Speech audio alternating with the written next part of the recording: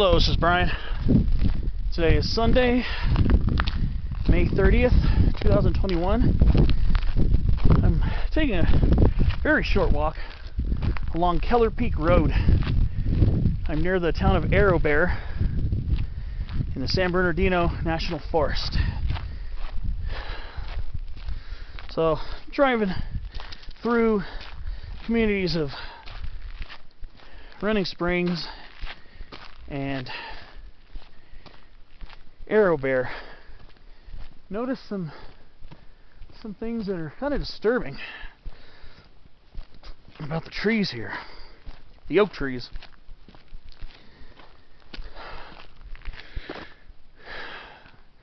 We're at the end of May. These trees should be plumped and leafed out by now. I've noticed some of the trees, I don't know what's going on with them. Maybe there's a botanical expert who's far more seasoned than I am who can explain what in the world is going on here. These trees look like they flushed new leaves and the new leaves died off. I know sometimes you can have extreme late season freezes. I'm hoping that's all this is. An extreme late season freeze that might have caused this and the trees will rebound, but these Quercus callogis, black oaks, definitely kind of worrying me. Most of them are like this. I look at some of these new leaves here, and the new leaves are dried or dying back. So I don't know what the heck is going on, but I am kind of worried. I'm not going to lie to you. These are some awesome trees. I love these black oaks. I've always loved them. But the new leaves, they come out kind of purplish. But these are all dried. They're aborted. Twigs. The twigs are still alive. I could tell the color of the twig. But the twigs are alive.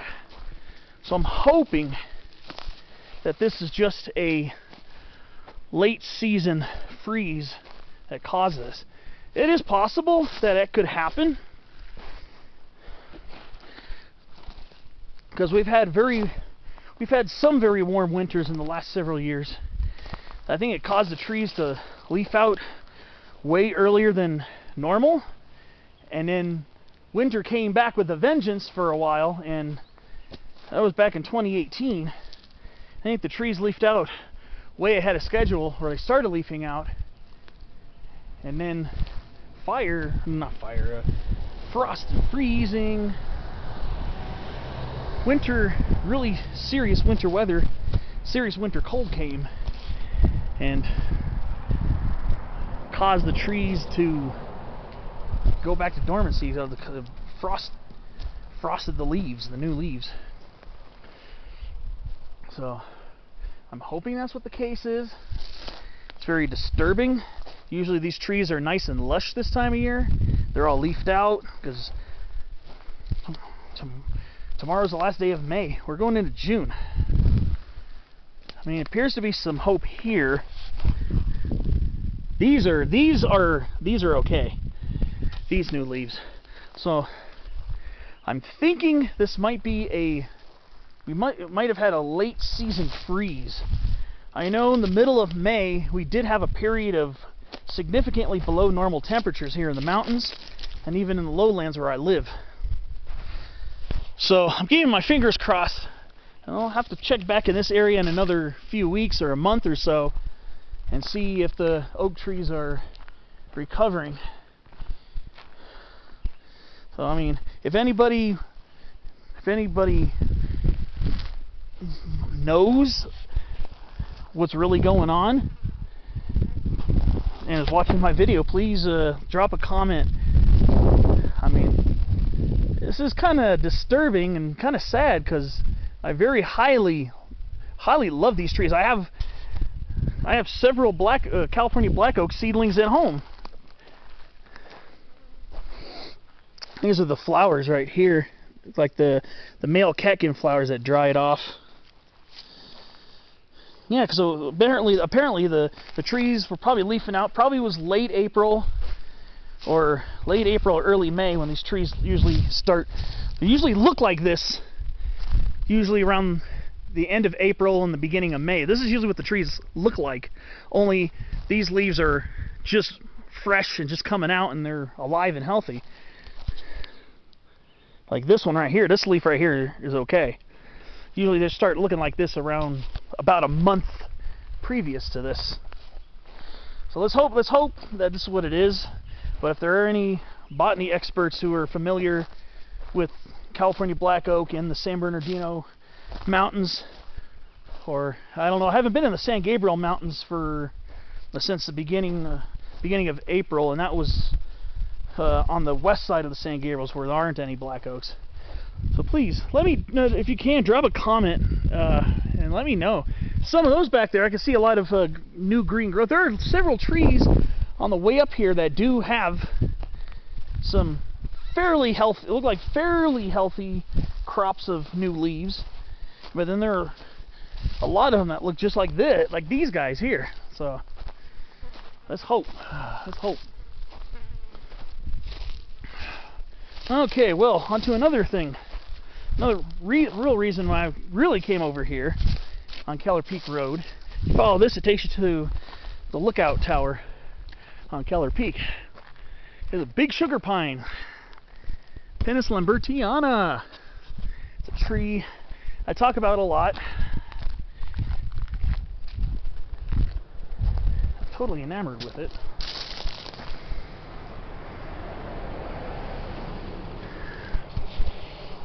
And there are areas here in the San Bernardino mountains where they do get quite huge. I remember, well, last time I hiked Keller Peak, I took the Discovery Trail to the upper portion of Keller Peak Road, and I took Keller Peak Road up. Well, I went up to Slide Peak first, from near the Children's Forest picnic spot, and then I hiked from there to Keller Peak, and then I hiked down Keller Peak Road to my car near Arrowbear. It's a nice, beautiful sugar pine. They can get much taller than this here in the San Bernardino range. I haven't been there, but my friend took the Vivian Creek Trail part way up, and he showed me a picture of the sugar pines along Vivian Creek Trail, and those were massive trees. And I mean, these are not small trees either.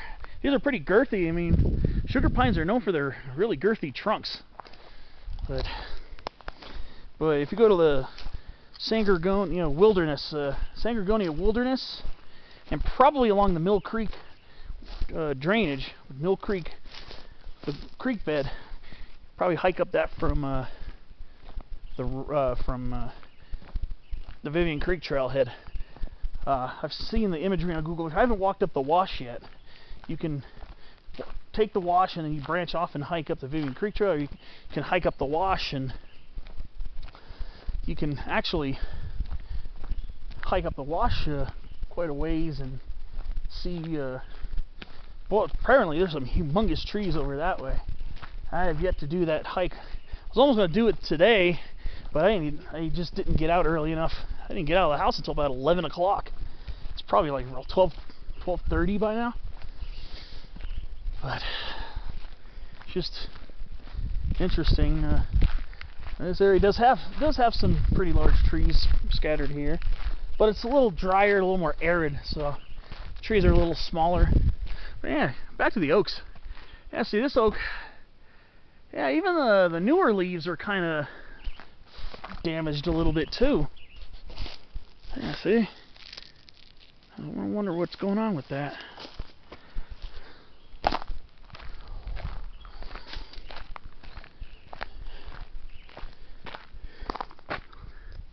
Ooh, there's a big stinging ant on there. I was going to grab the branch and pull it down a little bit closer so I can take a look at it. But yeah, at least the sapling here is doing okay. Saplings seem to be a little bit better in shape. But I'm hoping I don't think the oaks are gonna be very lavish this year. Means the fall color's probably not gonna be much, unfortunately. But it is kind of disturbing to see that. Oh, we got Ceanothus cordulatus in bloom. Well, this is actually past peak bloom. It's actually the flowers themselves are starting to fizz back. A little bit higher up in elevation, these things will be flowering probably in midsummer. I'm seeing them flowering in July and August. We're not even in June yet.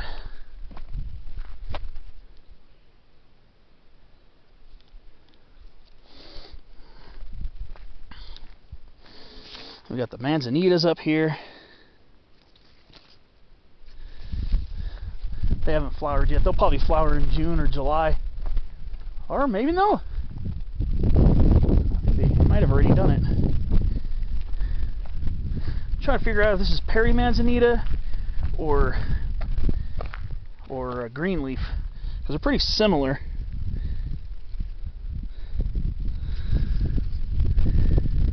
I'm trying to see the golden. If you have golden hairs, it's Arctostaphylos patula. If it's got maybe white slight fuzziness, it's more likely Arctostaphylos periana. And over here would be probably subspecies tumescens. I believe it's subspecies tumescens that's found here in the San Bernardino range. I don't believe Arctostaphylos periana is found here in the San Bernardinos. I found it in the San Gabriels and the San Emigdio Mountains and near Fraser Park in Mount Pinos, that general vicinity. Alright. Take a little walk down here. I'm trying to see the color of the hair is kind of hard to determine. They don't look golden. The leaves are rather, well, a little rough to the touch, but not really hairy. I'm thinking these might be Arctostaphylos. Let me see. I'm trying to look for the golden hairs. The golden hairs would tell me this is Patula. This could actually be Periana subspecies tumescens. I think these are actually Arctostaphylos periana tumescens. Let's take a little walk down here in the drainage. Let's see what kind of interesting things are down here. Never actually been down here by the creek, but as you can tell, it's been a very extremely dry year. This past rainy season was unbelievably dry.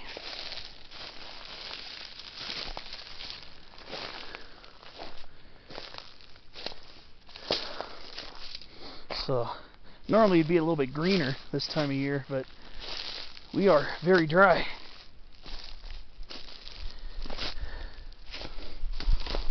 During my last few weeks, I've been mostly doing lower elevation adventures. In the Santa Ana Mountains at the beginning of the month, and in San Diego and San Diego County 2 weeks ago. Probably recognize, if you watch those videos, you'll recognize golden yarrow, Areophyllum convertiflorum, Variety convertiflorum. Yep, and I'm well above 6,000 feet. I'm not sure the exact elevation over here, but it could be close to 7,000 feet. And yep, golden yarrow's here too. The ones I filmed at Torrey Pines were maybe about 350 feet above sea level. The ones in Oak Oasis Preserve were at about 1,300 feet above sea level. And here we're probably close to about 7,000 feet.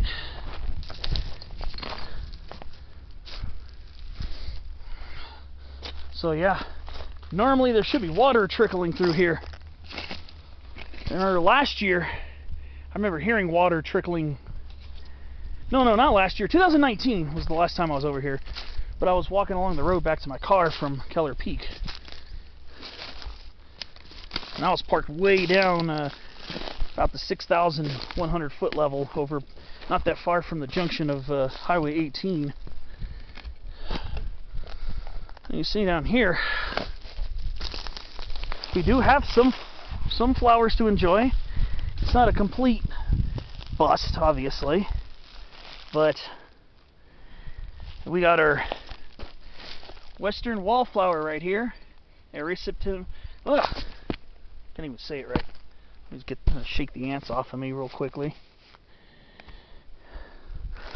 Yep, that's Erysipetum capitatum, verdicapitatum. And then we got wavy leaf paintbrush, which is pretty common at mid elevations, and even from low to even quite high elevations. And that's Castanea applegate subspecies martinii wavy leaf paintbrush. And these haven't bloomed yet. They'll probably be more of a summer bloomer. This is called pine lousewort, pedicularis. Oh, pedicularis semibarbata. I'm trying to be careful as I keep stepping on ants. Don't want them getting all over my feet and stinging me. These are those really fierce ants that'll tear you up. Well, I think it's going to do it for this. Here's another Erysipetum capitatum, verdicapitatum. And there's quite a bit of paintbrush around here. And there's a species of Monardella. This has a very pungent, sagey odor. Mint family. But yeah, I think